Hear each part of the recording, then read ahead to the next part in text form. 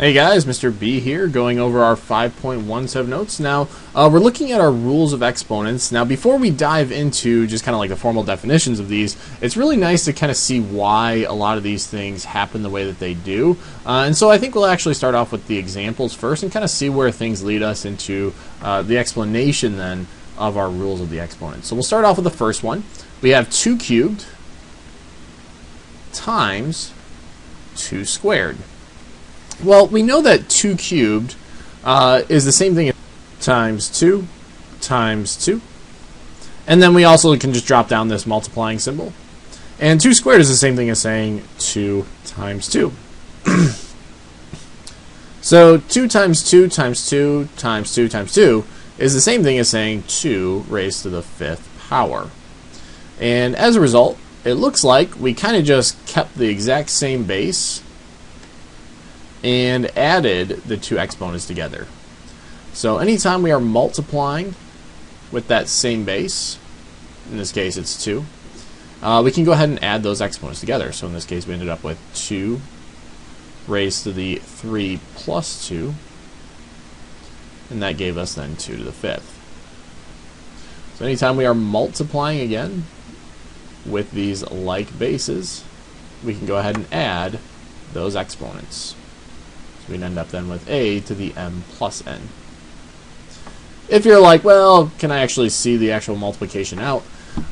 2 cubed comes out to be 8. 2 squared is 4. And so 8 times 4 just gives us 32. That would be if you just took each part individually and multiplied.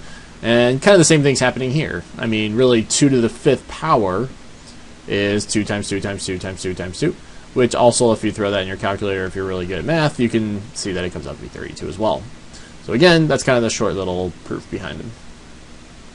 Now, when we're talking about a power of a power, we have 2 cubed squared. So 2 cubed squared, oops,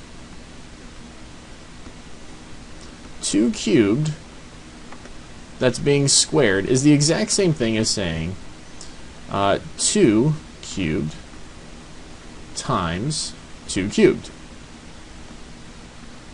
Well, now we're pretty much in the exact same scenario as we were before. We are multiplying with these like bases. So anytime you're multiplying with these like bases, we are really going to go ahead and add those 2 exponents. We would end up then with 2 raised to the 3 plus 3, which then gives us 2 to the 6th. And a nice little shortcut then is when you have a power raised to a power like this, you can go ahead and just multiply that power in. So you would end up with 2 raised to the 6th power. So this again is just kind of the proof behind them using the product property that we just saw. Or you can now use the power of a power property where you would just multiply these 2 exponents together.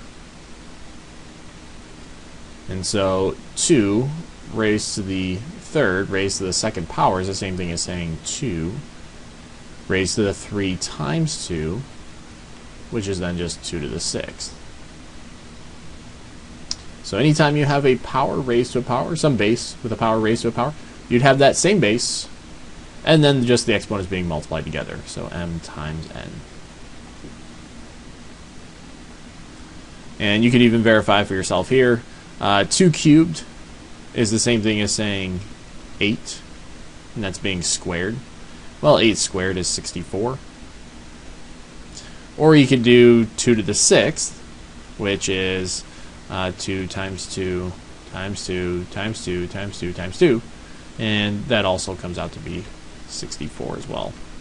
So they end up giving you the exact same thing. Now talking about the quotient property, crazy similar to the product property. These two are really, really similar. The only difference is anytime you're dividing with those like bases, you're actually going ahead and instead of adding them, you're going to be subtracting the exponents. So for example, 2 to the 6th divided by 2 squared.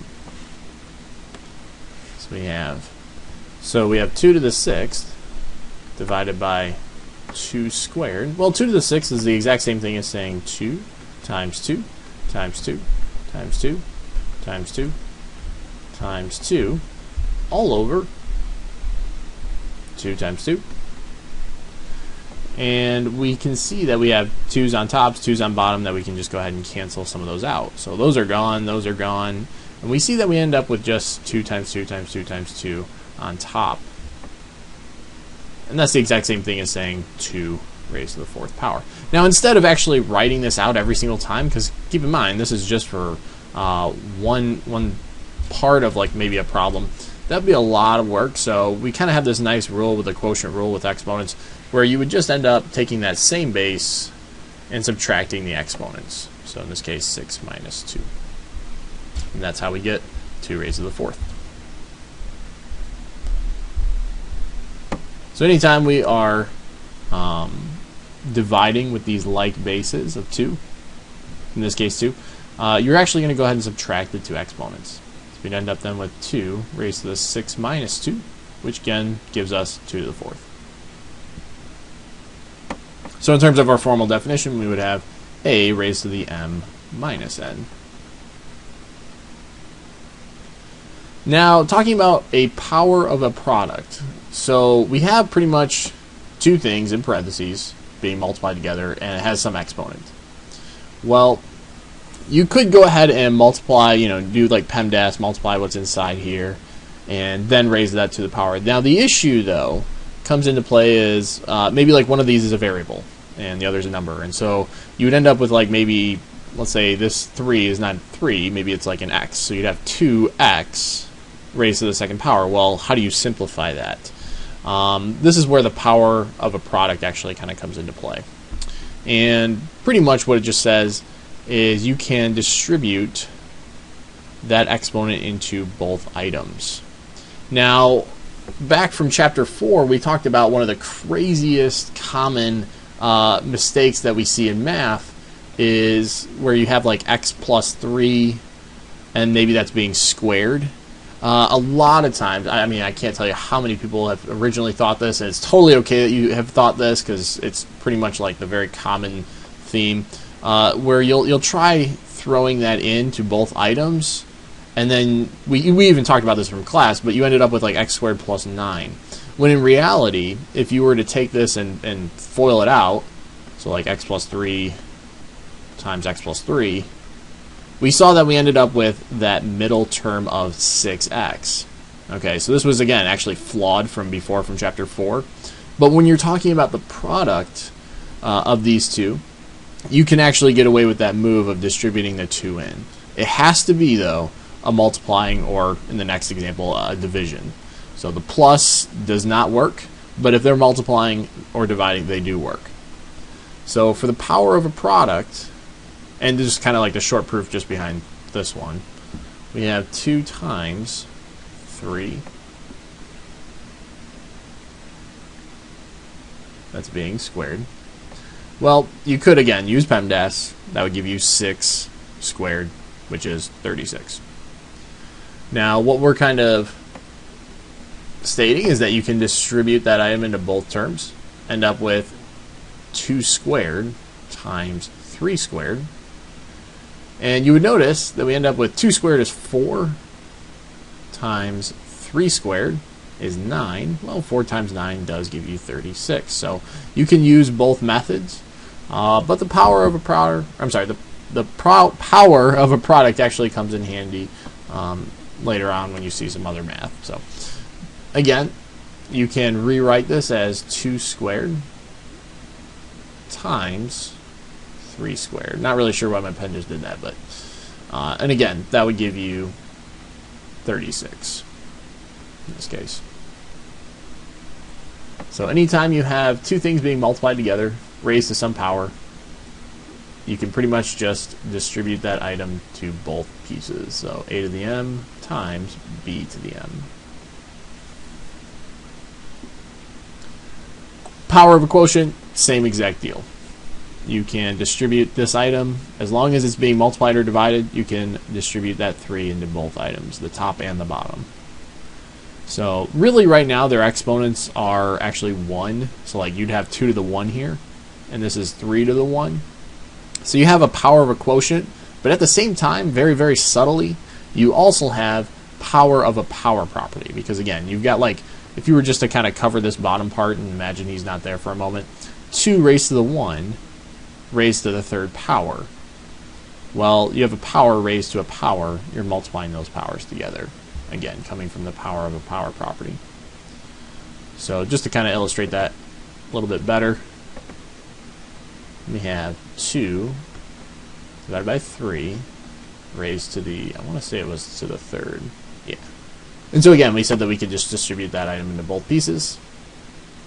But in reality, we have a 1 here and a 1 here for our exponents between those two. So we have 2 to the 1 raised to the third power divided by 3 to the 1 raised to the third power. And again, you have that power raised to the power, so you are multiplying those powers. So we have 2 raised to the 3 times 1 is just 3. On the bottom, we end up with 1 times 3, which is just 3. And so as a result, in the end, 2 cubed is just 8. On the bottom, you'd end up with 27. So 8 over 27 would be our final answer.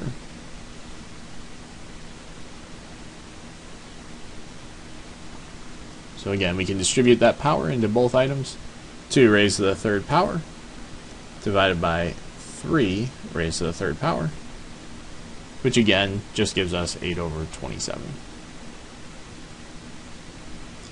So anytime, again, quotient power property, throwing that item on top and bottom, we would end up with A raised to that power m and B raised to that power m as well. But again, you have to keep in mind, maybe they each have a different exponent. Okay, so then your power of a power property kicks in as well. So again, though, that is the warm-up from our 5.1 set of notes.